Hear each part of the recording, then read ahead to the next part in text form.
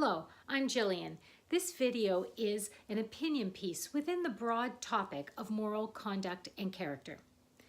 You're probably aware of the random acts of kindness movement from social media. You know, those posts that ask you to spread kindness through random acts like buying a coffee for a stranger, complimenting someone, leaving money on a vending machine, or letting someone get ahead of you in line.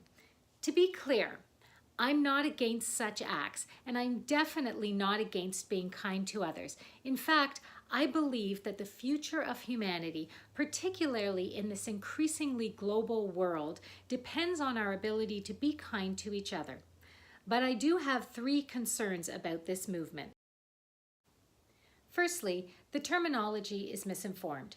The word random implies without purpose or aim. It's synonymous with words like haphazard, chance, accidental, arbitrary, indiscriminate, casual, erratic, inadvertent, and unintentional. That's just not good enough.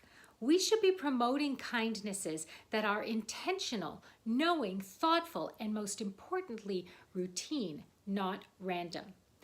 The word acts is also problematic because it focuses on what one does without much consideration for the motivations, assumptions, thoughts, beliefs, and attitudes that drive that action. So acts can appear to be kind when they aren't motivated by kindness, care, compassion, empathy, responsibility, and even when the actor holds unkind beliefs and attitudes. So the act itself is not enough to qualify something as kind. The head, the heart, and the hands must all be involved. The language we use should reflect all of this. So I would prefer terminology along the lines of routine kindnesses or routinely kind. Secondly, the movement promotes a narrow definition of kindness. Kindness has many expressions, from grand gestures to something as small as eye contact, a smile, or a thoughtful word.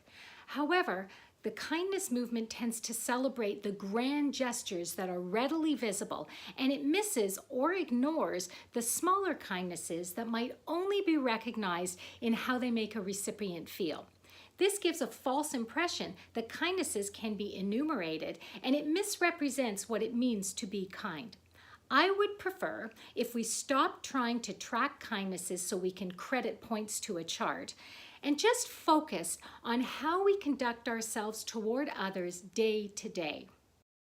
Finally, acts that are nice and fun can masquerade as kindnesses. Kindness is a moral value, and like all moral values, it promotes the well-being, welfare, and dignity of others and prevents harm. Kindness is doing, feeling, and thinking things that are good, right, caring, just, and virtuous. Delivering flowers to an elderly or incapacitated neighbor, for example, is kind because it's caring and it contributes to that person's well-being and dignity. This is also the case for performing magic tricks on the children's ward of a hospital. But delivering flowers to someone who is healthy, well, and perfectly capable, and performing magic tricks on a public transit system, both of which were celebrated by the Random Acts of Kindness movement, are morally questionable, even though they are nice and fun things to do. But without targeting someone in need, they tend to serve the actor more than the recipient. So I would prefer the movement to be more discerning regarding what is celebrated as kind in order to uphold the moral nature of kindness. I appreciate the well-meaning intentions of the Random Acts of Kindness movement and of those who participate in it. It has served the important purpose of drawing attention to our moral obligations towards others. But continuing along this path risks obfuscating what it means to be a moral person and to interact with others in ways that are morally good and right.